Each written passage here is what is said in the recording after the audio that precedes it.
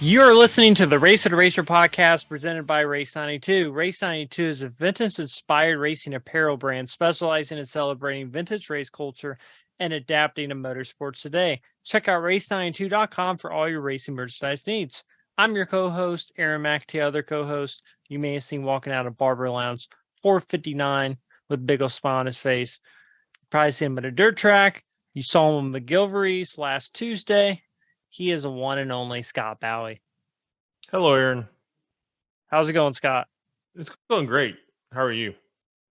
Doing good. So, so we're releasing really good episode today. So, first off, disclaimer on it. So, obviously, we're releasing our live show from McGilvery's last week at McGilvery's Pub and Eatery in Speedway, Indiana, with Unser Jr. and Scott Goodyear, and also Paul Page was gracious enough to come on for about the last 20 minutes or so.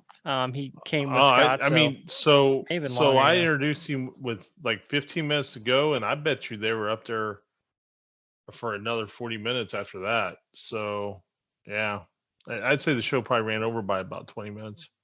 Right. So it is a great episode. And like the other ones in McGilvery's, we don't do video; it's audio only.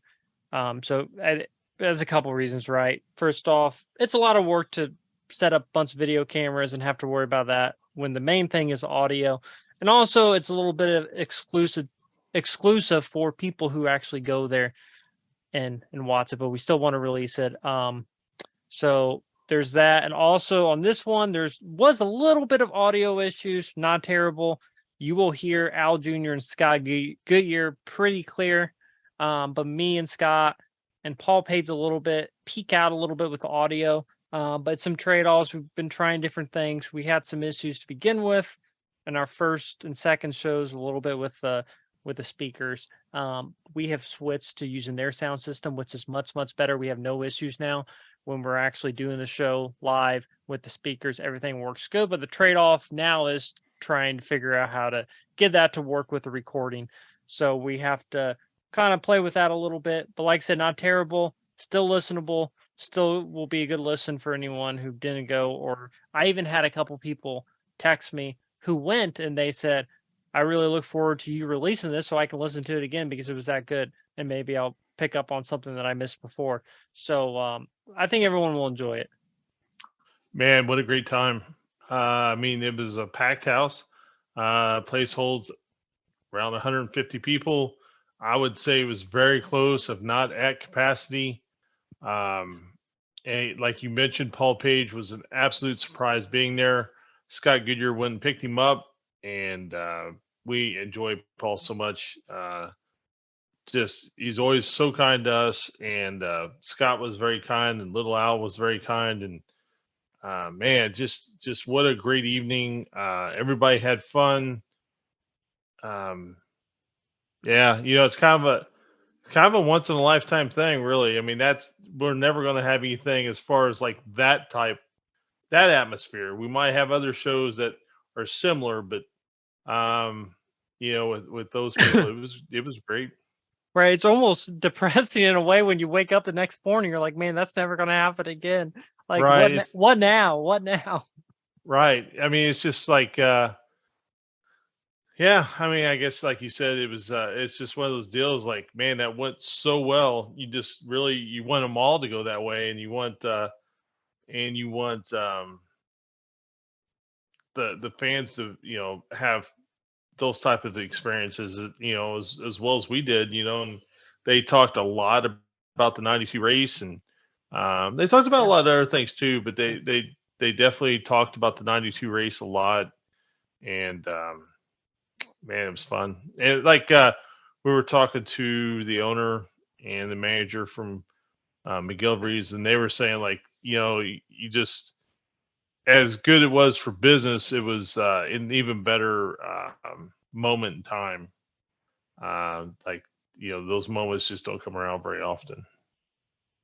Oh, absolutely. I don't think there's really any better way to put it. But like I said, it was a lot of fun.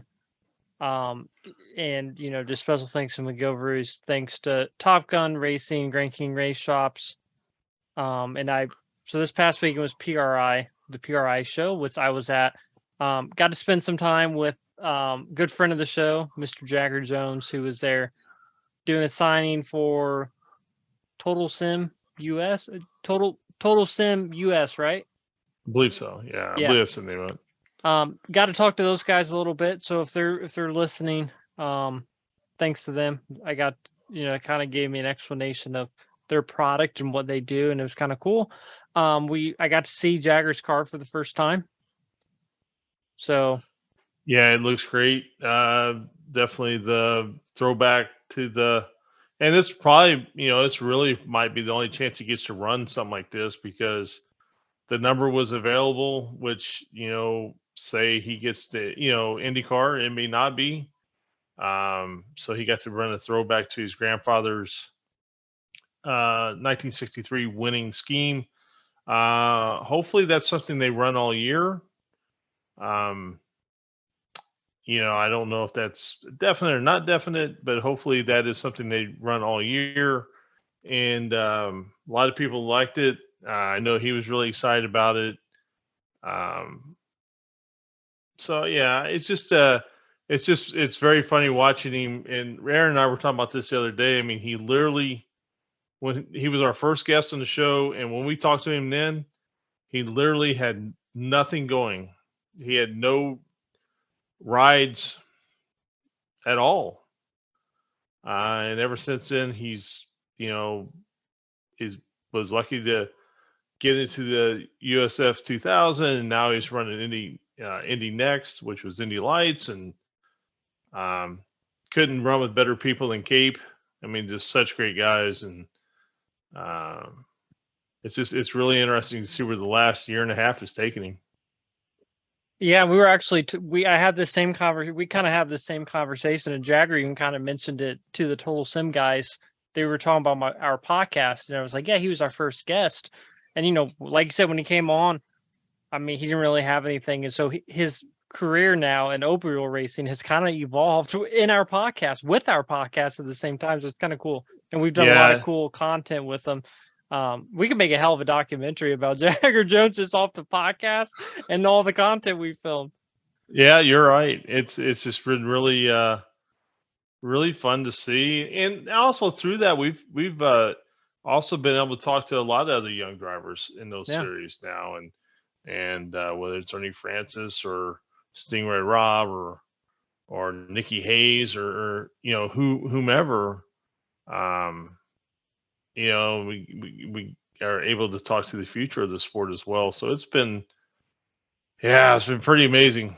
We got over 300 subscribers now, which is pretty amazing in its own self. So thank you to everybody that subscribes.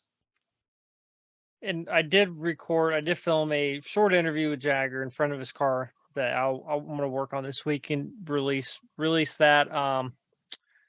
But yeah, I mean, it was PRI show was cool. I got to see Jagger Jones and another one of his sponsors. I'm going to get it wrong. Simcraft, right? Simcraft, Yep. which makes pretty high end simulators, very advanced, sophisticated, very impressive. I got to see Jagger turn some laps in Lewis Hamilton's Formula One car. I think on Watkins Glen. Yeah. Yes, Watkins Glen. And that was pretty cool. He's pretty fast. So yeah. I mean 2023 season is super, super close to starting. Yeah, it's amazing, right? It feels like the last one just ended, and this one's coming up. He'll be back in town. I guess all of everything under the banner of IndyCar has media day, or like I guess where they film their promos or whatever you want to call it, coming up in January. So that's coming up, and racing season will be here before you know it, folks. Absolutely. Absolutely. Well, so I think next week we will release, and then so after next week is obviously Christmas, New Year. So we'll probably take 1 or 2 weeks off as far as releasing content. But next week I think we'll release Alessandro Zampedri, which I mean, just a great guy, someone who drove Indy a couple times. 3 times. Had a pretty successful career in Porsche Super Cup over in Europe. And I mean, just a great guy, one of the nicest guys you'll ever meet. Man, I really liked him, but I also like him because he's very straightforward too. Yes. Like he's not somebody that dances around like answering questions. Like he answers questions. So I really enjoyed that as well. No, I respect that. No, for sure. Absolutely. I think everyone will enjoy that. Special thanks to some of our sponsors real quick. So Racer Collect, Patrick came out to our show. He's actually been to all of our McGilvery's shows. So if you're looking for any kind of racing memorabilia, please go to racercollect.com. Fast Times Indoor Karting. We still have one video I haven't released from our Pro vs. Joe's series, and that is Dr. Jack Miller's son, Jack William Miller, and then Jackson Lee came as well. So I'm going to be releasing that video maybe later this week. We'll see. We have another one of those scheduled to actually film this week. So definitely look forward to that one. It'll be a good one. It's with a couple former drivers together. So I think everyone will enjoy that. Those are a lot of fun for sure. And we have our first show for next year that we'll be recording tomorrow. That will follow our scheme from last year. Jumping into the new year. Jumping into the new year. So that'll be a great one too. That really will be. Definitely looking forward to that. I don't want to say I get starstruck with interviews. There's been a couple that are more difficult for me to do, like Mario Andretti. It was because you're just realizing, like, you almost feel like you're watching YouTube video, but then you're like, the YouTube video is interacting with me, like this is real. That's what I feel like. You know what I mean? Like it's just so weird because you watch someone a bunch on TV or you met someone in person. It's a different experience. And tomorrow's kind of like that for me because I grew up watching this person on TV and kind of a childhood hero of mine and someone always looked up to when I was younger. So it's pretty cool to talk to someone like that. I think everyone will enjoy it. And I mean, there's not really that much more racing news. I think we'll just get straight into our live show with Al Jr., Scott Goodyear, and Paul Page. Yeah, I think that's a good place to go. And if anybody is having problems staying warm this winter, call the good folks the Good Guys. They will take care of you. They have always taken care of me. They definitely take care of my family. And please, they're centrally located in Indiana. And please reach out to them. Absolutely. Hope everyone has a great week. Take care, everybody.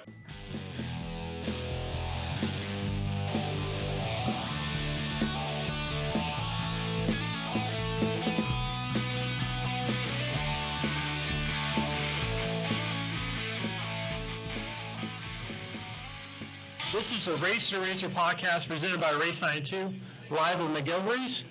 I'm your co-host, Aaron McAtee, other co-hosts. You may have seen walking out of Barber Lounge, 459, with a big old smile on his face. He is Scott Valley. Not recently, obviously. So for those who don't know, we are a racing podcast that can be found on YouTube, Apple Podcasts, Spotify, anywhere podcasts can be found. Please like and subscribe and check us out if you haven't. Special thanks to McGilvery's for letting us do this. Please make sure you buy food, buy drinks, and tip well. Tip well. Also, special thanks to Top Gun Racing and Grand King Race Shops for sponsoring these podcasts.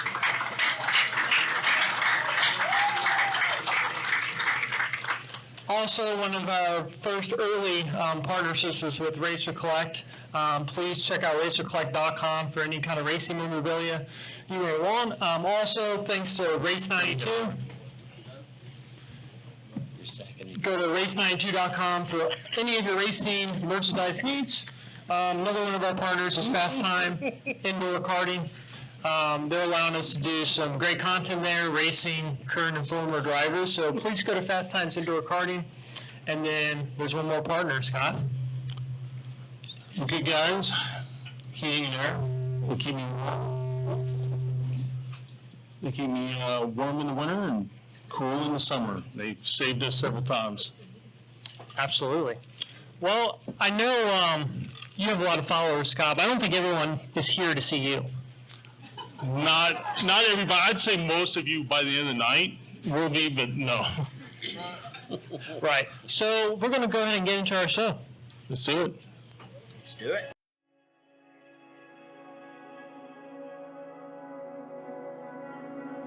Got Goodyear right behind him. Just over a lap to go. They head to the main straightaway. The start-finish line. Who's going to get it? Dwayne Sweeney waves the white flag. 1 to go. A 3-car length separation between Unser and Goodyear. Unser Jr. has the lead. One more turn to go. Here they come. Coming to the finish line. Bob Jenkins. Who's going to win it? The checkered flag is out. Goodyear makes a move. Little Al wins by just a few tenths of a second. Perhaps the closest finish in the history of the Indianapolis 500. You know, still today, the closest finish, and it probably still shocks me to that. And I will tell you that still 50% of the fan mail that comes in today is still around the 1992 race. I did not know what it meant at that point in time. You talked about Al's jubilation. And for me, you know, in tears, I should have been pleased. We had a shot at winning it. You wouldn't have convinced me of that starting at the very back. You know, I had spent my lifetime getting to that moment, to that place, which is Victory Lane in Indy. And the only thing I could think of it, you just don't know what this means to me. I mean, it's out there, and I can't find the words on what it does mean. So obviously our guests don't need any introduction. We're joined by first and second finishing positions of the 1992 Indy 500, closest finish in history. Thank you guys so much for coming. Thank you. Thank you. Can I just add something here? You guys told us to come up when the 92 race started playing on the, right? You said as soon as the race comes from your seat and come sit up here. Yeah. So I come, and obviously Al's here first, and I sit down. and you know what he says to me? He goes, "You're second again." But Alan's part of the team in the race series that I run with F4 and FR, and I'm the race director for that. So, Which means I have to be nice to him. yeah, which means that the first race next year, I think, is going to get called to the steward's office. Probably so. So obviously we got to talk about the 1992 race. I mean, at any point during the month of 1992, did either of you think that you had a car that was capable of winning the race? Myself, no. I didn't think I had it. I woke up that morning. What we did have with the Galmer was that it it had a lot of downforce to it, but it had a lot of drag. And so I was praying for a hot, slick track. And I woke up that morning, and it's the coldest day in the history of the 500, and I went, oh. So we're just going to go out. We're going to try to finish and get as many points as we can and go on to the next race. And that was my whole frame of mind going into the race is really just to get as many points as I could. That was it. I think from my standpoint, we had such a hard time qualifying for that event. As you may recall, that when I first went to Indy in 1990, I had an 89 car and the Judd engine. The second year I went there, I had a current year car, 91 car, but still the Judd engine.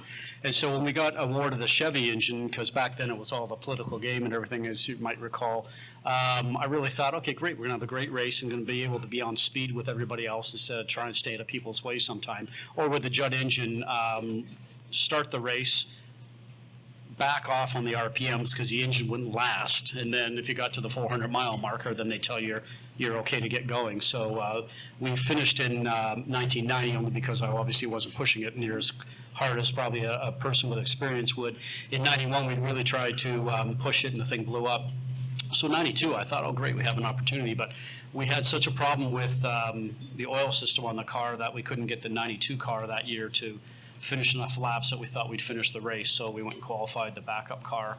And then we figured out what the problem was. And back then, you recall, we had 2 qualifying weekends, which I know was normal to you. But so you sort of waited all week to see if you had a shot and had the speed to be able to get in the show the following week. And it was interesting because we had 2 cars. Mike Groff qualified my current car because we were going to change cars at the end of it.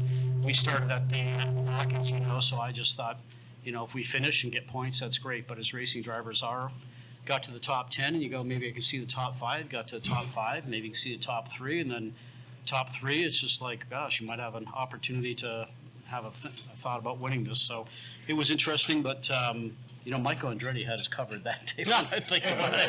And a quick start in that, because Derek Walker, I just started with Derek Walker, and so I think I was still second, you were third at that point in time, but Michael was leading.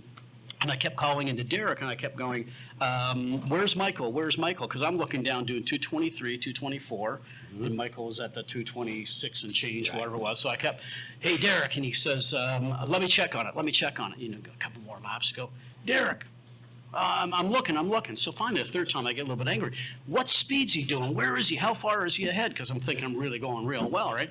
He just radios back. He says, don't worry about it. Just drive the car. Because he knew that 226 or what have you, Michael was pulling away from us. But, yeah, he had us covered. Without a doubt, all day. All day. All day. Yep. And so obviously, Scott, you had some car issues that month, and you actually, let's talk a little bit about the situation with your chassis. So Mike Groff qualified your actual car, right? Right, yeah. Mike Groff qualified the 92 car because I qualified the 91 car. And if I qualified my 92 car, and we were fast when we could run, we were always definitely in the top 10, so I felt confident in the car. But if we went back and qualified the car the next weekend, you take that current car that you qualified out, and I'd still be starting somewhere near the back. And Derek was a new team, so he came to us and asked if we could have Mike qualify the car, and then we'd switch cars, and we're going to start in the back row anyway. So we said, certainly go ahead and do it. But the 91 speed was obviously that next week not fast enough to stay in the field. You know, obviously, you kind of alluded to it. It was an incredibly cold day and kind of unexpected. What does that do to your mindset? You kind of, because you've already kind of got a game plan. You guys already, I don't know what day you start formulating it, but it's probably not long before carb day. And you know where you're at with your car, and kind of go through when you have such a giant curveball. Well, for me that day, you know, we were planning on a hot day, and really your meetings, your team meetings is all about staying on the lead lap and going from there and seeing how the race unfolds and acting accordingly. And so, you know, when it was that cold out there and we got in the car and we pulled away, you know, just really not knowing what to expect, because really the whole game plan is pretty much thrown out the window. And then for sure when we came around turn 2 and I watched Roberto Guerrero go into the fence down on the parade lap, I simply just pushed the button on the radio and said, "There's one down." Okay, and so it was all about, and then actually, you know, warming up the tires on the parade lap, and the car just super slick. Just everything was just, it was crazy. It was like, this is all about surviving. This ain't about racing. This is about survival mode, and so and that's the way it was for pretty much the first half of the race, especially with yellow after yellow after yellow. And you know, I was behind Mario on a restart, and he tried to run 4 flat on the restart, and I watched him, and he just, you know, I lifted going into 4 because you have 0 heat in the tires. And that was me doing burnouts all the way down the backstretch, just trying to get any kind of heat in him at all. And he ran it flat, and I watched him just loop it right in front of me and in the fence. And, you know, this whole thing is about survival. Right. That's what it's all about. And so just, I remember after about the 3rd or 4th yellow from the restarts and so on, Rick Gallis, he's on my radio. He comes over the radio and he says, "Al," he says, Goodyear's just come down. They said to really warm up your tires. And I pushed the button and went, no shit, Rick. Wow. Now, sorry, I just want to add that if I can, I'm laughing at you because I was at the back, and obviously Roberto was at the front. So Roberto's got all the room to go and do his thing, and then I'm doing the same thing in the back. And then just before that happened, I got in the radio to Derek Walker, and I said, Derek, I said, super slippery out here, going to have to really warm up the tires and what have you. I almost just lost it, went sideways, but I caught it. Calm down, through the whole thing. Just take it easy, what have you, like that. And that's coming down, I'm talking to him down the front stretch, get through 1 and 2, and then Roberto does this thing, and I guess they tell over the pit radio and all that sort of stuff. Everybody up and down there knows that Roberto's crashed. And Derek thinks it's me because he's heard it over the comm system. And he goes, God damn it, Scotty, I told you to make sure you were going. I'm pushing the button going, it's not me. It's just like... Yeah, because this is the day before videos, before the big screens or anything like that, or even the teams had monitors in the pits. Yeah, I hadn't taken the green yet. The owner's already pissed off at you. I didn't do it. How many laps did it take for those tires to come in? 3 or 4. 3 or 4. Yeah. It was a fair amount. You had to be super careful, and but then once you got going, then it was all good. And for me, we were going along there, and whenever we'd get a stint going, I'd start getting warm, and it was, I get some sweat going, and it was warm, everything was good, and then we'd have another yellow, and then with the air, it's within a lap to the second lap, I'm shivering in the car because you've built up a sweat, you got all warm, and then now you're cold because I've got air coming into the car, and you're just shivering. It was cold. The cars back then were not like they are now. Now they're so buttoned up and sealed and what have you. Aerodynamically, they weren't back then. Right. What was the weather like the rest of the month? I mean, was it colder at all, or was it really hot? For me, I can't remember. I like when he's talking about what he was going through for the month of May and qualifying different cars and all, this is all news to me.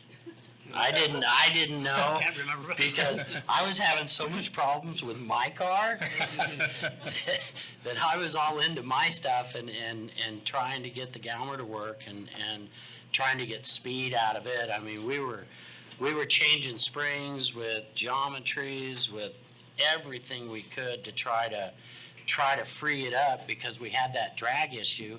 So I'm running the car really high and then trying to get some roll out of it with some soft springs, and I even went to different geometries with different springs that the wheel rate would see the same thing that it did with the other springs in it and so on, and nothing worked. I mean, nothing worked, and so it was going to run that speed no matter what, and so so we were just working really, really hard during the month, just searching for speed out of the thing.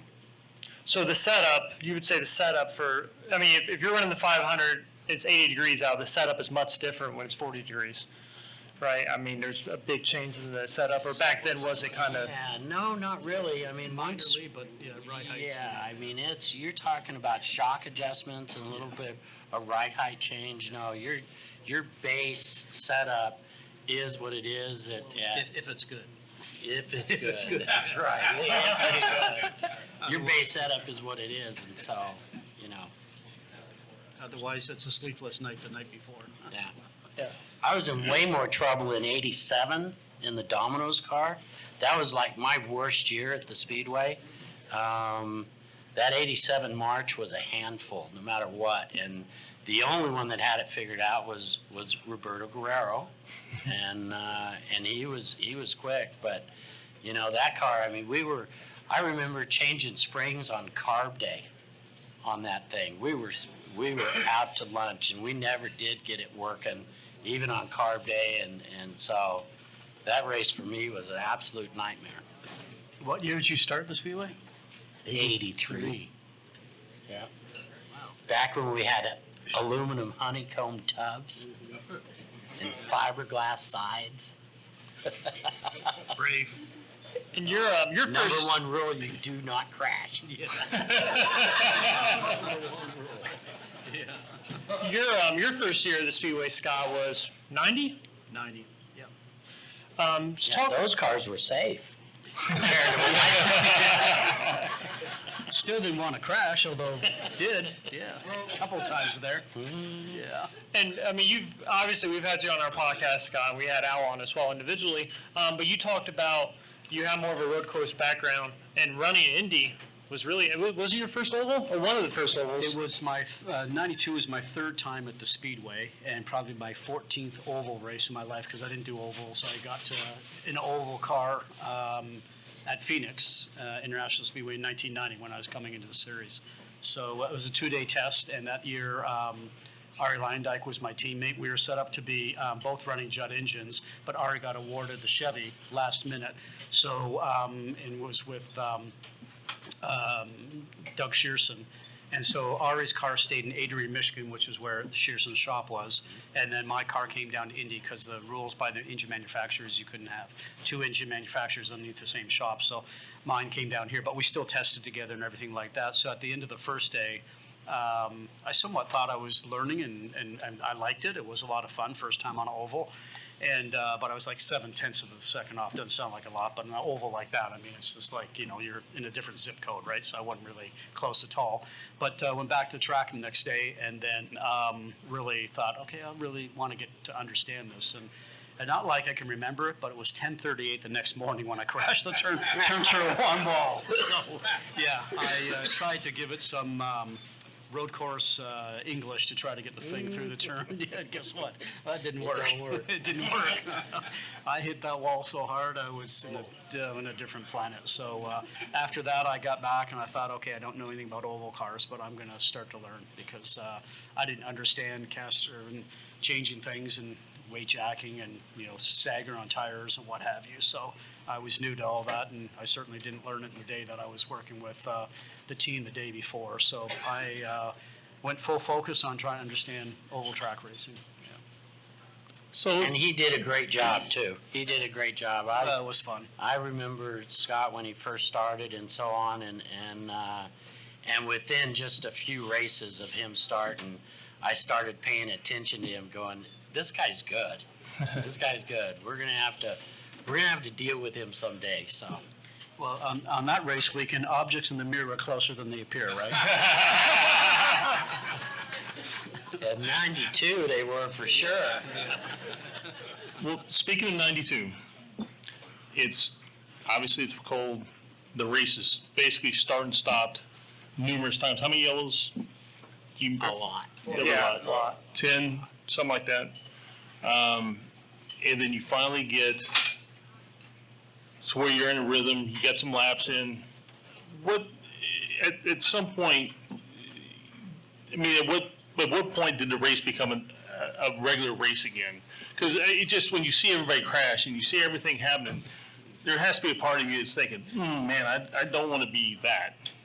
I don't think I ever got into a rhythm that day for me. I mean, it's just like, because it was always stop and go. Damn, that's why I won, huh? You never got in a rhythm? Yeah, there you go. Yeah, near the end of the race, we were in a pretty good rhythm because the laps were running off, and as long as you had some laps underneath you, then the car would come to you, whatever you had, and I mean, we were in a heck of a race from lap 150 to the end. I mean, we were at it, and we were so equal that really it was the lap traffic that determined who was in front of who. Like when I was in front of him, and we came up on lap traffic, and then he got me because they wrecked my momentum, and that's how Scott was able to pass me. And then we go a few more laps, and then he gets some lap traffic, and I was able to pass him. And you got me in turn 2 that last time they got past me. Yep, Because because really of slow traffic. down, I had to go down a gear. Right, And then, right. and then halfway down the stretch. Because of traffic, Because of only traffic. because of traffic. We were so equal. We were having a heck of a race, and it was for second. I mean, that was pretty good. I mean, Yeah. we were near the end. We were both, second and third. I thought those were good points. that sort of thing, and then If I had known it'd been for first back then, we probably would have crashed. probably. Because I watched him in the mirror and I moved over and then I moved over. I thought, nah, I can't really move over all that much. Plus, I'm new to all this thing, and then, it seems like there's a long ways away. But looking back on it now, obviously that pass was for the win. So probably would have done that one differently, I think.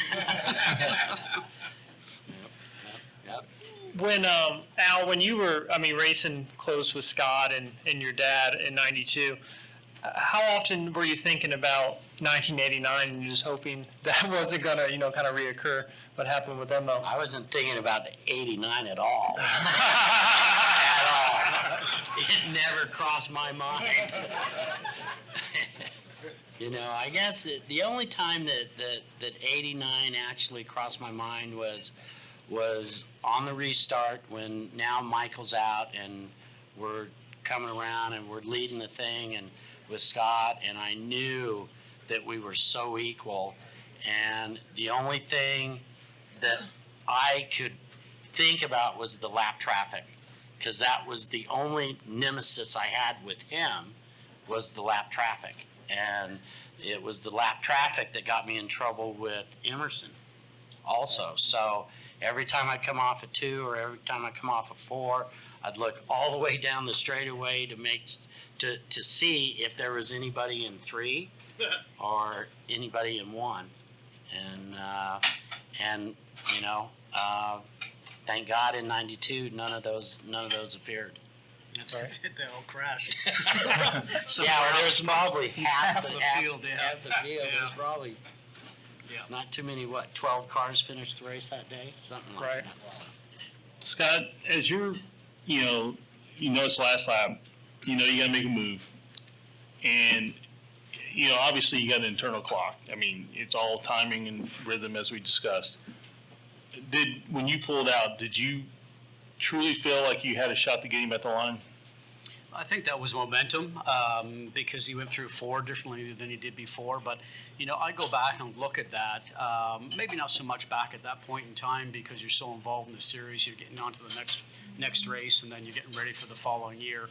But, going back and looking at it now, I can just see where I made an error as a guy that just started racing oval races. If it was reversed and I was driving his car and he was driving mine, he probably would have the experience to be able to go past. And, the cars were sliding. Mine would slide. We had the aprons back then, obviously. So, you got to take advantage of that, but which probably helped me in a sense. But I look at that now and I just go, gosh, I shouldn't have done that there. I should have waited, should have taken the line just a little bit differently. So all those sorts of things, I guess I was going to school as a guy that was probably in his 14th oval race in his life. And, and so I look back at that and I just go, if I had more experience, probably would have been able to maybe stick your nose in or maybe have an opportunity to pass earlier. But knowing what he went through in '89 with Fittipaldi, I suspect we both would have crashed. And we were talking about, just '92, how cold it was, so the car was sliding a lot. And Al, you obviously had experience with car sliding with, started racing dirt, sprint cars. So, did that help you at all? No. No, the Indy car doesn't slide. As soon as it slides, you're in deep trouble. Okay, and so really those last few laps, as what I was thinking about when Scott was talking, what I was doing was I was paying attention to him because we were running the aprons. The apron was a big part of the racetrack at that time. What was it, the year before that Michael and Rick go through turn 1 side by side, right? That was unheard of back then. And so what I was doing is I was watching him where he was behind me going through the corners. And so I found there when we first started running that he was underneath me. And so that's how he could get some grip in the corners and not lose the front end, and then he would use me down the straightaways as much as he could, and then he'd get underneath me. So I changed my pattern to get down below him to get his front end to wash out going through the corners. Which you did. And I opened up a little bit, and then my car started going too neutral. It started getting too neutral, and I knew where it was headed. And so then I couldn't run the low line like I wanted to behind him. I was just barely hanging on, basically. And then we got to the last lap going into 3, and I went in, and it slid the back end up off of turn 3, and I went, oh shit, I'm in trouble now. And so as soon as and this is all wide open. I haven't lifted since the green fell off of that yellow. And so as soon as I turned into turn 4, coming for the checkered, the back end snapped out on me, and it was just a blip, just a blip. You should have lifted more. I lifted too much the way it was. And that's all it took. And so, just to get the back end back under me and back flat, I came off 4, I looked in the mirror, and I saw the monster run that he had on me. And I went, oh no, I blew another one. Because he had the monster run, and all I could do was try to fake him a little bit as much as I could, and then I saw him as soon as he really went out, then I couldn't go that next step. I had to just keep it straight and go back to the right and let the chips fall where they may, and we were lucky to cross. And you know it there, obviously, versus other tracks, because you're going across the yard of bricks every time. So, you're not looking to flagman, you're not looking where you are. You just feel when you go across the bricks. And obviously, I think my front wheel is equal to your rear, so you just knew instantly that you didn't get it. So that was something. Yeah, well, I can tell you, he was close enough that I didn't have my hand up in the air. I had no clue I was going to win that race. He just didn't want the drag. This is what he was more drag on the car. That too, and once he went to the inside, then I lost him. I didn't know where he was, and so yeah, it was. And then I remember slowing down. I was so excited. I remember slowing down, and then I still hadn't seen him yet because he was in the blind spot and so on. And I'm going, oh shit, don't crash, don't crash. That would have been good on TV. That would have been great on TV, yeah. So. And then your dad would have won, right? If you and Scott took each other out, your dad was 3rd, wasn't he? Yeah, but I wasn't even thinking about Dad. I didn't know where he was. He wasn't close enough to where we could see him. But he did come to me later. He says, "Boy, I was waiting for you two to crash because I was going to win another one." Yeah, I was just like, all right. Yeah. He wasn't that far back. I mean, no, he wasn't too far back, but it was funny. After the race, he said, "I had you guys." I go, "What do you mean you had it?" He goes, "They put on a bad set of tires on my last stop, or I'd have had you guys." Whatever. Okay.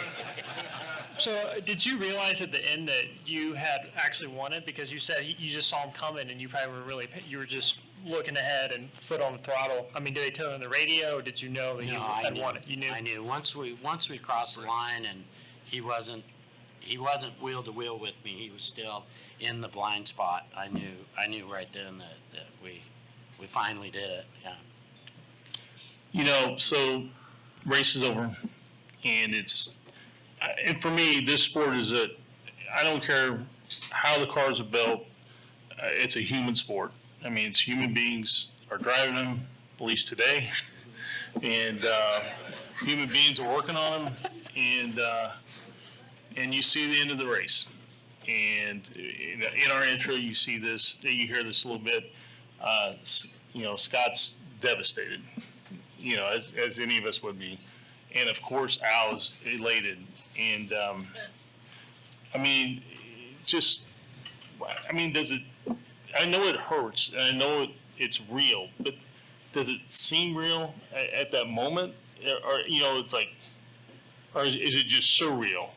You know you've lost, but is it surreal? I think that If you had told me at the beginning of the race that I'd be coming down to the end of it and maybe have a shot at winning it, I wouldn't have believed it. So that's why I said earlier, you get going and then, you're being cautious. And I think having the car slide at the very beginning on the out lap, on the parade lap, was probably one of the best things that happened, because, what I was sort of thinking was get going, get as many people as you can in the first couple of laps, because that's how race drivers think.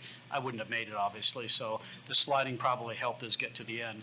But I think for me, like I said, if you had told me I'd been in contention, I wouldn't have believed it. And, you always want to be higher up. You get in the top 10, you want to be top 5, that sort of thing. I look back on it now and probably should have been very happy with it. It's still odd today because we're sitting here 30 some odd years talking about it. Still a ton of the fan mails all from that. A lot of the pictures tonight are from that too. And obviously they've got the new exhibit in the Speedway now till next June, which is called Second. You don't have to take part in that. And I was able to bring the Mackenzie car from Canada up for that. So it's down there at the Speedway along with the other second place car.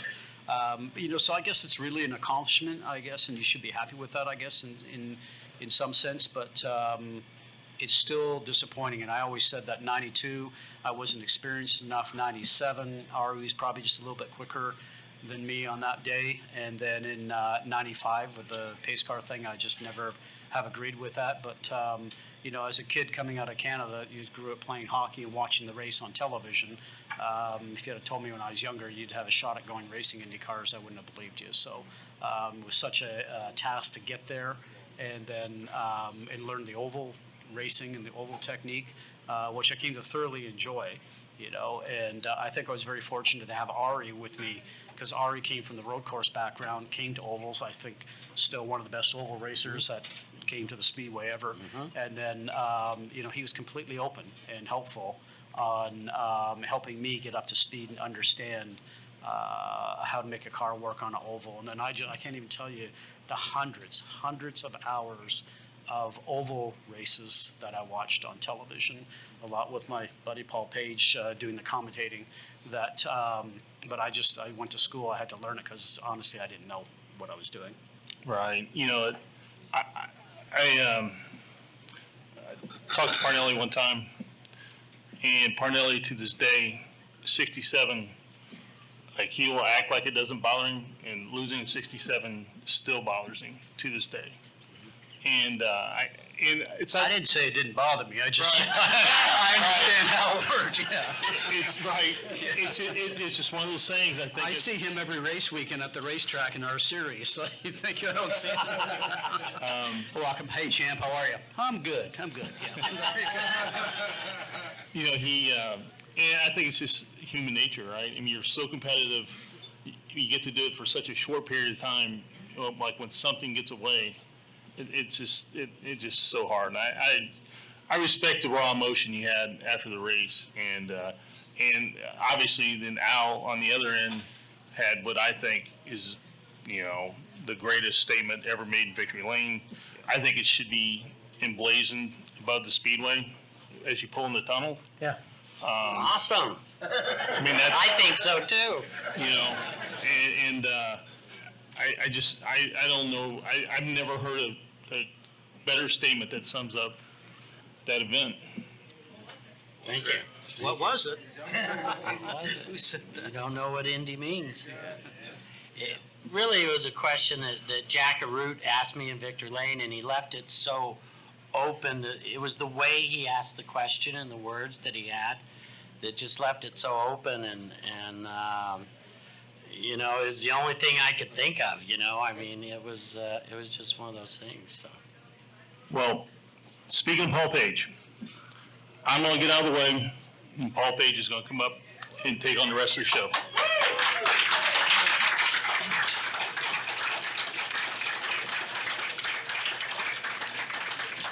Okay. Come on up, Gary. You guys have had it now. Come on up, Gary. I'm going to tell the truth. Hey, just remember, I drove you here tonight, so if you don't, you might be walking. Okay. I do have to get serious just a moment because two of my greatest friends are sitting right here. Goodyear, who I spent so many good hours in the booth with, who always drove me back and forth. He was my chauffeur and would always buy breakfast for me at the Waffle House every year. Nice. Oh, no, he didn't buy, come to think of it. And then Al, the Unser family, and I would, every January, we'd go up to Eagle River, Wisconsin and go snowmobiling. Yep. And one year, I got a call in the middle of the night. We had a terrible accident. My brother down in Indianapolis, badly hurt. And so I get a hold of the guys and say, hey, I'm out of here. I got to go to Indy. Right away, not a hesitation. He said, take my airplane. He called out the pilot and everything, and take my airplane. No question about it. He was going to help me. So they're pretty good friends. Now that that's over with, we got to go back and talk about that 92 race. And I'm going to have to admit something I've never admitted public before. I was in the booth, of course, and I was refereeing between Bobby and Sam. So much that one year Jack Root actually got me a striped shirt to go up into the booth. But so they're on the last lap and they're going into 3, and I'm calling and I'm thinking about, because the finish of the Indianapolis 500 in any form is terrific. This one was going to be absolutely awesome. And I suddenly realized the guy who was directing the race, at all the races on the finish, he would take a shot from the first turn. And he did that because the lens foreshortens everything and it always looked closer than it really was. And I said, he's going to do that. In my mind, he's going to do that here. So I realized I'm not going to be able to see on the monitor what's going on.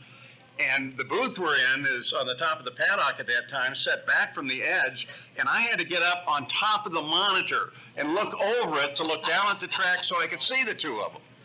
And I'm kind of watching the monitor. I'm watching them. Here they come.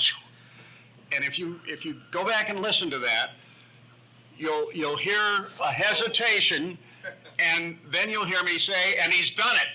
I didn't know who did it, but somebody did it. But then I looked down at the scoring monitor and saw the interval between the two of them.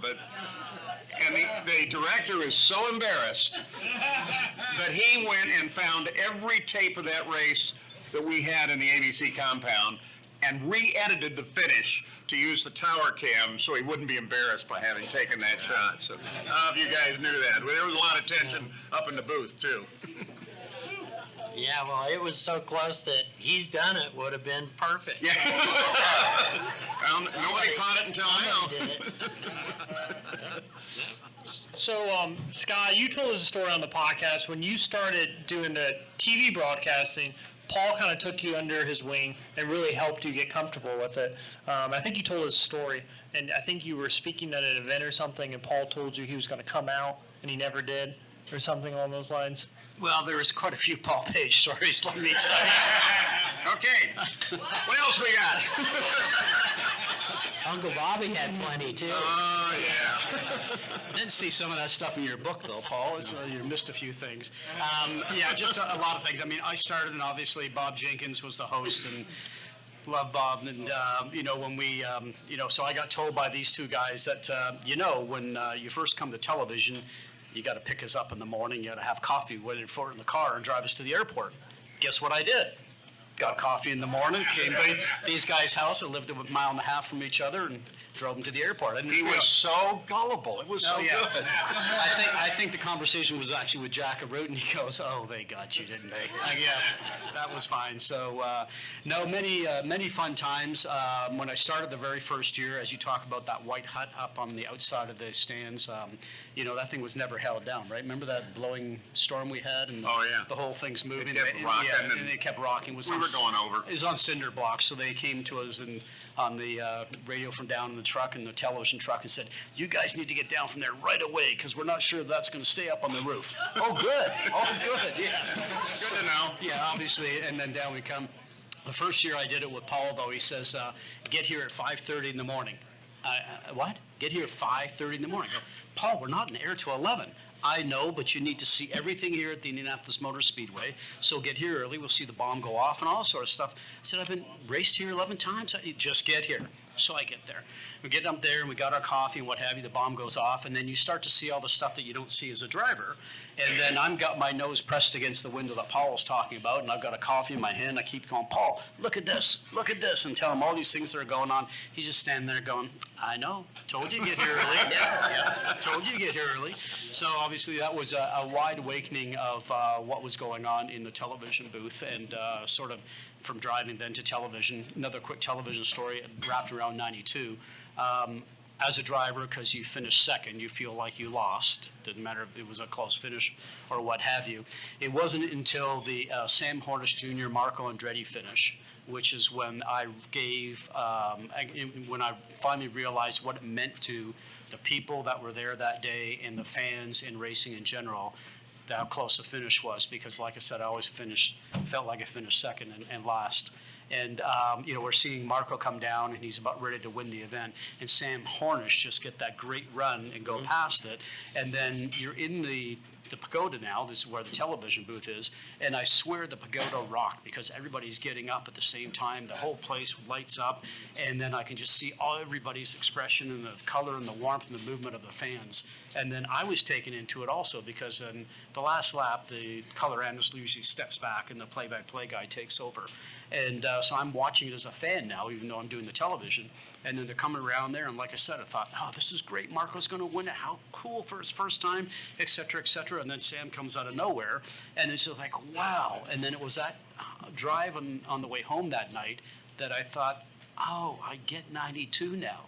Because everybody was so excited about the 92 race, but now I've watched it, and obviously working in the television booth, I got what it meant to all the people to see the close finish and be there live or watch it in television. So it took me from 92 all the way through then to be able to realize how people were so excited about the 92 race. So as crazy as that may seem, but yeah, a fun thing. And let me just finish the last story about your navigation ability, if I can. No. Navigation ability? Oh, yeah, no. Before you do that, I got to tell Al TV story never heard before. Uh-oh. Oh, good. He's racing Emerson Fittipaldi. It's closing laps of the race, and I always was really sensitive to not talking too much, letting the picture speak for it. And of course, we've been building up Fittipaldi, Unser, and so I just decided not to say anything. Every now and then I'd say, like, they're 5 miles away from the checker, just things like that. But I would not keep an ongoing sentence. And of course, it ended up being it was going to be an incredible setup for the finish regardless. But then the incident happens in turn 3. Al spins it, takes the wall. Fittipaldi goes on to win it. Sorry to mention that part. But so now between the truck, the communications between the truck and I is, what are we going to do with little Al? What do you think he's going to do? He's right out there at the edge of the track. So we had one camera way wide on him. So if he made a gesture that was not acceptable, it would be muted. And then we had one real tight in case everything was good. And of course, everything was good, though I think you thought about it. Al walked out and gave him a thumbs up, but man, that was about 30 seconds, and we were like, this could be bad. We got to be really ready for this. He played it as the champion he is. So. No throwing your helmet. So obviously, Paul, you had experience on the radio and TV. I mean, how did that really change your approach? I mean, obviously 92, you were on the TV. You probably wish you were on the radio, but Bob Jenkins had, obviously, which we played in the intro. Sorry, Scott. One of the best calls, or one of the most popular calls in racing, really. He had a better view too. Right. So when you did the radio, you were in a different location, and you could see. You have more screens, or. I mean, you were in the booth. I mean, could you see the track or just TV? Well, we generally called all of those races directly from the monitor because you literally you couldn't see anything. Then we moved down to the second floor of the new pagoda, and that was a whole different feeling because now we were down in with the crowd and everything, and the race took on a different complexion for us at that time too. So there was always an interest, like, we wanted to really be up where NBC is now on the 9th floor. That used to be the radio. We wanted to be up there. And our producer said, no, you can't be up there. I want you down on the 2nd floor. That was cool because we're part of it. But I later found out the only reason that he wanted us on the 2nd floor was so he had a nice shot of the crowd behind us. You know, now we're struggling down there, can't see a thing on the 2nd floor. But he got a nice shot for like 20 seconds. So we were joking before the show a little bit about how Scott was kind of your guy. If you were late to the airport, you would have him drive when you were doing the TV gig. And it was the same with Bobby Unser too, right? I mean, so when Bobby was part of your crew. No, absolutely not. First of all, there was a period there where Bobby couldn't get a rental car, so I'd have to get it. But the last thing I wanted ever to do was let him take over the wheel, because there were occasions like on snowmobiles and other stuff where as soon as he gets control, I'm dead. I'm sitting on a snowmobile once. I didn't realize it was running. And Bobby's sitting, you know, ready to drive it, and I sit down in the back, and he and I are talking, and then he just nails it. And I go through the air. So that was Bobby's idea of funny. So the only time I ever let Bobby drive, we were doing an IROC race at Talladega, and we were trying to make an airplane flight at Atlanta. So I said, and I think we had like 40 minutes. I handed the keys to Bobby, and I buried my head. And Bobby had what he called slipstreeting. You might call it drafting, but his idea with a semi was he would come up and go, almost put the nose of the car underneath the back of the semi and then pop out and go around. So we actually made that flight, and Bobby, at the end of it, did one other interesting thing. He pulled up to departures, got out of the car and left it sitting there. I said, Bobby, we got to take it back. No, we'll miss the flight. They'll get it. Come on. Uncle Bobby do that all the time. Oh, yeah. They Even threw away if that he was ball, on didn't they? time, he would do it. Yep. But that was the only time that I ever let him anywhere near that wheel. So now the answer of why we lost the GMC Jimmys. Remember we used to have those GMC Jimmys all the time when you were a driver, and then one year we left, we stopped getting them because the rumor was that a lot of people would just leave the cars at the curb and not take them back to the rental car company. So I heard Fittipaldi's name attached to that, I guess Uncle Bobby and a few other people. So yeah, so then you had to go and rent your own car because you no longer got the GMC Jimmy. So you've answered the question. There you gave us information. I think what Scott was talking about with navigation, though, was that we were leaving Pikes Peak, running for an airport, and he's my driver, and I'm the navigator, and, you know, all right, we didn't have, you know, iPhones and all that stuff. GPS. Yeah. Did they have that then? I didn't even know what it was. Even when they had it, I didn't have know. it then. Yeah. No. So we're talking about what exit we got to get off on here, and we're hauling them. We're fast, and As fast as it would go. and I'm saying the next exit down, and he's saying, no, I think it's this exit. No, it's the next exit down. I kept saying, go, just keep going. Don't worry about this exit. And just about the time we get to where the exit is narrowing down and totally separating, I say, Scott, it's that exit. And I'm literally saying, that exit. We made it. Nice. You made the Nice exit, piece of you made it. driving. Oh, my Nice piece of driving. Sideways through the ditch, up in the It was air, cool. down like this. But here's the story about it, because Paul was always in the front, and God love Bob. Bob Jenkins was in the back all the time, would never wear a seatbelt. Always had his hands up in the seats there talking to us and all this sort of stuff. And so we land and like this sort of stuff, and Paul's just still looking with his map, and which was no help anyways. But he's still looking at his map, and he goes like this with the whole map, and he's still looking. I look at him and go, you okay? And he goes, yeah. He didn't know what to say. And then from the back you heard, I go like, I look back behind me. Here's Jake with his legs up on the ceiling. And I said, Bob, are you okay? God, you want me to stop? He goes, no, just make the airport, damn it. We made our flight. But that was the last time letting him decide what we're doing with it. Yeah, I wasn't allowed to We touch had a a map lot of after good that. times, yeah. A lot of good times, yeah. Can I get a commercial plug in? Sure. Oh, yeah. You know, Al right now is doing the audio track of his book, so it'll be available eventually as an audio thing. And I think that's so cool. Thanks, Paul. And the same publisher, Octane, has just published just 2 days ago, Friday actually, the second printing of my book, Hello, I'm Paul Page. It's race day in Indianapolis. So just in time for Christmas, if you're having trouble with gifts, I either get Al's book or I get my book. Thank you. Yep, and I will say, I'm reading your book next, Paul. I did read your book, Al. Really enjoyed it. And where can people buy that book if they want to get it? I don't know. Amazon, Al. Amazon, Octane Press. No, if you're talking about books, good time to put a plug in. We just finished an added chapter to my book, which is going to be coming out probably in about 3 months' time. That's to the paperback edition of my book. So there's going to be a last chapter, an updated chapter to that.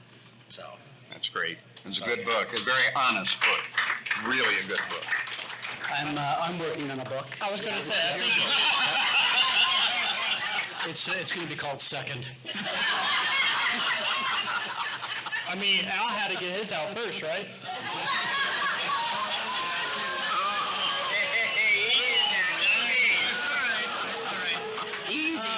I can see next season. He's my chief steward. Boy. He just went there. I can see a problem. What car is that down there? Oh, that's Al Jr.'s car on the track.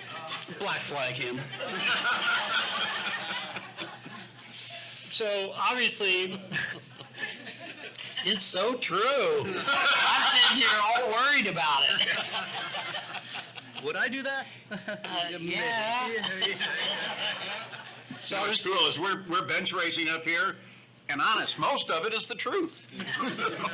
Like say 99% is the truth. We never do that. Sorry. oh no, you're good. So we were, kind of saying you two, ironically, work together. So you talk a little bit about that. So your series is Formula Regional. Formula 4. Formula 4. And then you're the director. He's the race director. Race, yeah. He's the Big chief deal guy. steward. He's the one making the calls. Oh, yes.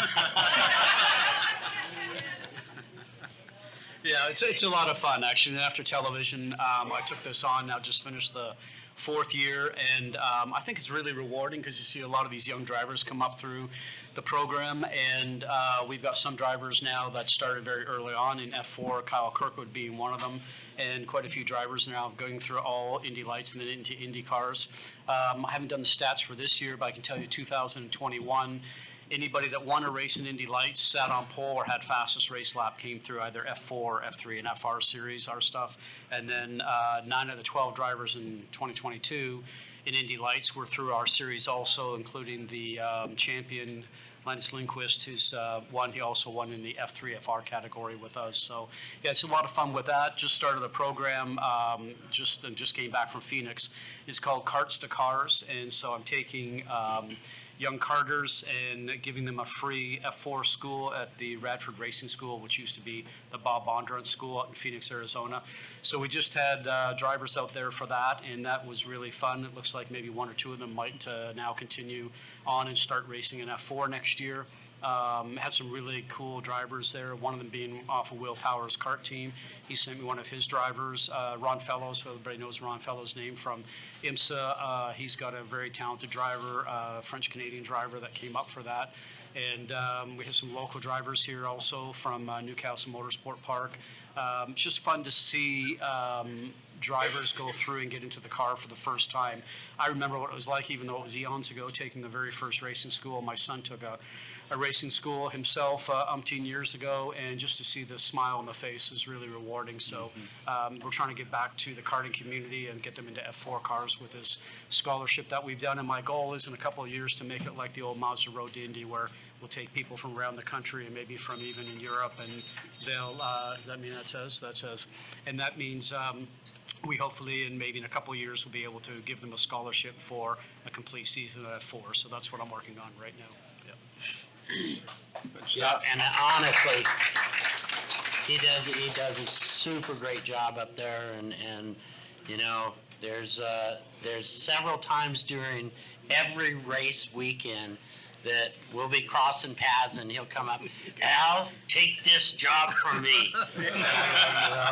No, that's all you. So, but he does a great job, and honestly, I love being a part of the series in F4 and FR and with our team, Future Star Racing, and so we're excited about 2023 coming up, and so it's going to be, again, it's going to be another year where this will be our third year out there running with the SCCA, and their whole staff does good. I mean, Scott, he works his tail off.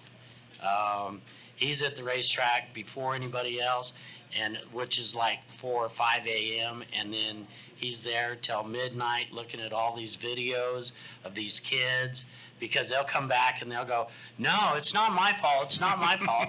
I wasn't even close to that guy. And then you watch the video and it's him going, bam, and just taking him out, right? But the one thing I've learned about this, and it's not that early, it's probably pretty early, it's about 6 a.m., but I coached hockey for about 7 years because my oldest son, I'm not sure where he's mine, I'm sure, but he's 6'3" and a big kid, so I'm not sure where all that came from. Very talented hockey player, but I wanted to be around in the wintertime because obviously you're gone all summer. So I went and started getting my coaching certificate and started coaching all our 3 kids played hockey. And the first course that I did, level 1, we must have spent, I don't know, probably 4 or 5 weeks on talking about parents. And I'm thinking, I was to a point like, I just want to talk about the game and get everything going and what have you. So I was almost not going to bother going through it and what have you, but I did. And then I went through all the way through level 3. But I took that information and retained it, obviously. I got into this job and I'm thinking, okay, I think I'm going to put some of that stuff to use that I learned about parents in hockey, because it's more about the parents here. Parents are, they're terrific, but I mean, they're so emotionally charged with their son or daughter, and we've got quite a few females in our racing series, that if something goes on, they're upset, as we all would be if something happens on the racetrack and they don't finish the race. And then on the other side of it, what ends up happening is that then they find out how expensive racing is, and that wing and that corner and all what have you. Now the team owner comes to them and says it's $7,200 to repair the car.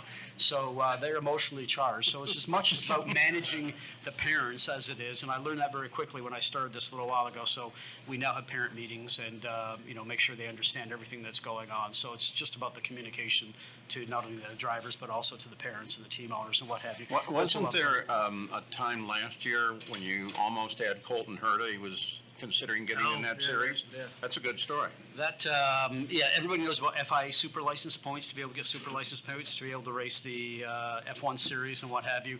Our series provides super license points because we're a training ground underneath the FIA rules and regulations. So F4, F3, it's F3 and it's called rebranded FR in this country, Formula Regional Americas, then Formula 2 and then Formula 1.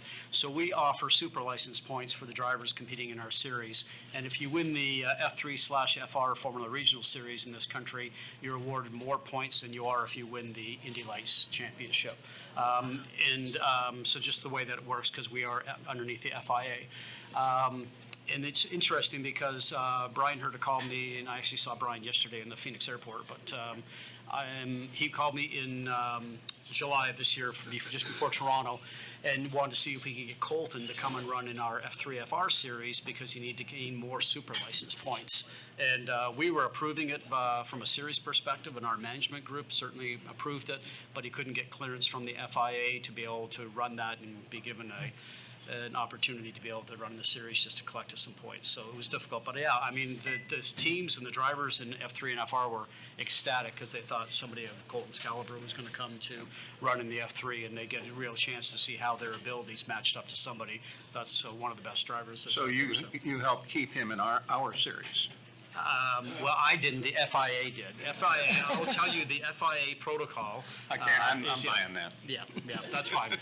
I mean, with us, it's interesting because when we do our certification every year in early February, we usually went to Geneva. Now we can't go there, obviously, because of COVID. We might go there, I guess, maybe this coming February.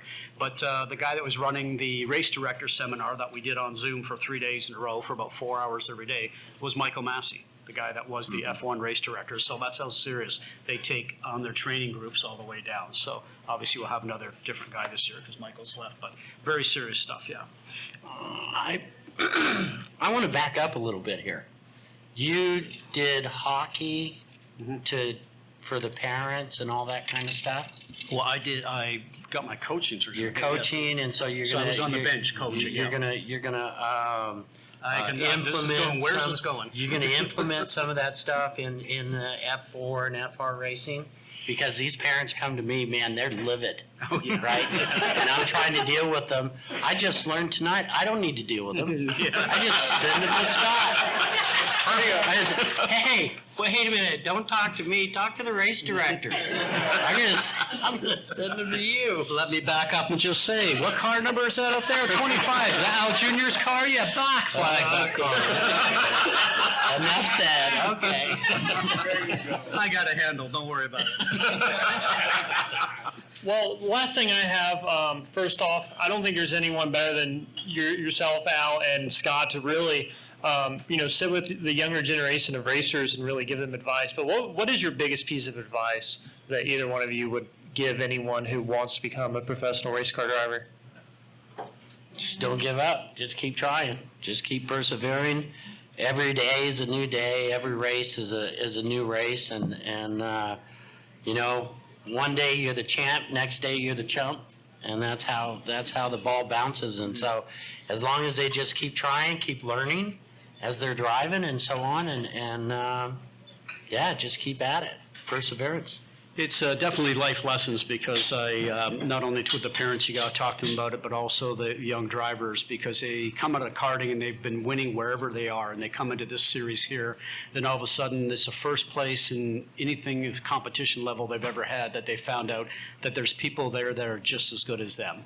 And so it's very difficult for them then to get understanding that they might not be in the podium, they might not be in the top 5 every race. So that's the other thing that I have to harness a little bit, because you're taking the kids' emotions, and at 15 to 16 to 17 years of age can really be high and low, and then so they'll start to overdrive the car. So it's just a guidance counselor type of thing to make sure that they understand that they have to finish the race, because if you don't finish the race, you go off on lap 1 or 2, then you're not gaining any experience. So that's the most difficult thing, to make sure to tell them to finish the race, which is a difficult side of it. But it's, you're going to eat, breathe, and sleep it. It's going to be the hardest thing that they've ever done in their life. And there'll be highs and lows, just like there isn't anything else. But it really is a life lesson. And I think no matter what they get out of racing, or if they continue on with it for 2 years or 5 years, what have you, I think it just makes them understand that how you work harder and you get more accomplished. And so that's the key thing. And then obviously for them to make sure that they understand that they're as responsible driving that car on the racetrack, and they're responsible for driving the car. Because remember, these are 15-year-olds, so they don't have a driver's license yet. So they're not used to looking down the road, looking for traffic lights. They're not, the only thing they're really used to doing is racing a go-kart and looking at the back of a helmet of the go-kart that's 20 feet in front of them. So we're teaching them about vision, eyes up, and what to look for. I mean, the simple things like flag stands. Never seen flag stands. So they got to understand where the flaggers are, what the flags are, and what they mean, and what have you. And when I came on board, I implemented a couple of programs, and we now have the yellow light cockpit system in these cars, even in these small training cars, just like Indy cars do. So we did that a couple of years ago. I have an all-call on the radio, so I mean, team owners like Al can listen to what's going on with me up in race control, because I'm talking on the radio all the time about telling them what's going on around the racetrack. Corner 9 has a debris flag, corner 10 has a yellow flag. It's up to them to convey that message to the young drivers. I don't want to be in their ear, but there is one time I will be in their ear. If we go to a full course caution or a red flag, I have an all-call radio, and I get on the all-call. It goes to the teams and also to the drivers, and I just simply say, race control to all teams and drivers, full course yellow, full course yellow. So they can listen to it, they can see the dash light if they've missed what's going on with the flag stand. And we are just purchasing this, we've had about the last couple of races, yellow electronic boards, just like IndyCar is using now. So we've got the big electronic boards at all the corner stations, and we have those up and going, so the corner workers can then, hit the yellow flag or debris flag or blue flag or what have you, so they can't miss any of that stuff. So That system alone is like the cost of a small house. But I'm thankful that we have a series owner in Tony Perella that owns the SVRA, owns Trans Am, owns our series, that is paying for that. So he's been somebody that allowed me to go buy the yellow light system, which was $48,000, and he understands about safety. Our whole goal is safety with the kids, and I joke about stewarding, but we have a lot of kids come in, and we've expelled some kids off of race weekends, and we've thrown out parents, oddly enough. We've thrown out race drivers. I mean, and they need to understand, yeah, and maybe we might be throwing out a team owner soon.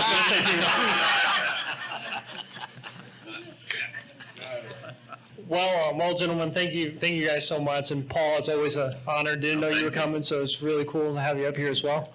I would like to say something in closing with Scott here. You know, we were competitors on the road and in the racing and all that, and we knew each other as competitors. But then once we did the first and second there at the Speedway, and then the years went on, and then we both ended our careers, and that closest finish has stayed there. It has honestly brought Scott and I closer friends every single year. And I'm just proud to be with him in his series, watching him do what he does. It's great. Thank you. I appreciate that. Thank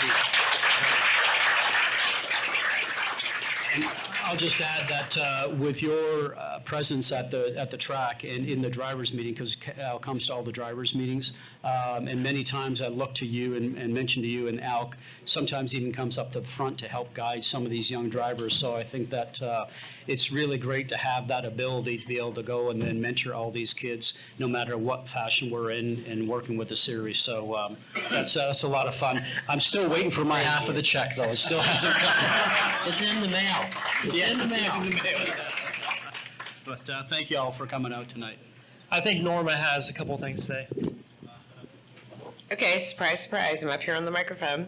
Hi, Norma Unser here. I'm part of the I don't know, team. Absolutely. But I want to say thank you to Scott and what you're trying to do when it comes to funding young drivers. As you mentioned, it's a small house. One season is a small house for one kid. And if you don't have those funds, or socially, economically not available to you, you don't race. So one of the things that Al and I are doing right now and working on is the Wings and Wheels Foundation. And we help fund young, proven drivers, and hopefully, even as we go forward, more kids in all of the careers possibility in motorsports. So we fund any driver in any series, and we're in our third year. We started in March of 2020. Good time to start, COVID. Anyway, we've been able to help fund young drivers in the Skip Barber School, in Mazda, in IMSA, in F4, and so if you'll just hear me and take a look at Wings and Wheels Foundation and fill your giving heart. We have the QR codes and ways to give small. And if you find a driver you're really passionate about, you can designate funds to those drivers. So, okay, I had to have my plug. Yes. Good girl. Thank you, Scott. Thank you, Paul. All right, thank you guys. Thank you. Thanks, everyone. See you later. Thank you. Hey, we're going to do Paul Page, everybody. Paul Page. Hey, we're going to take a photo real quick. Yeah.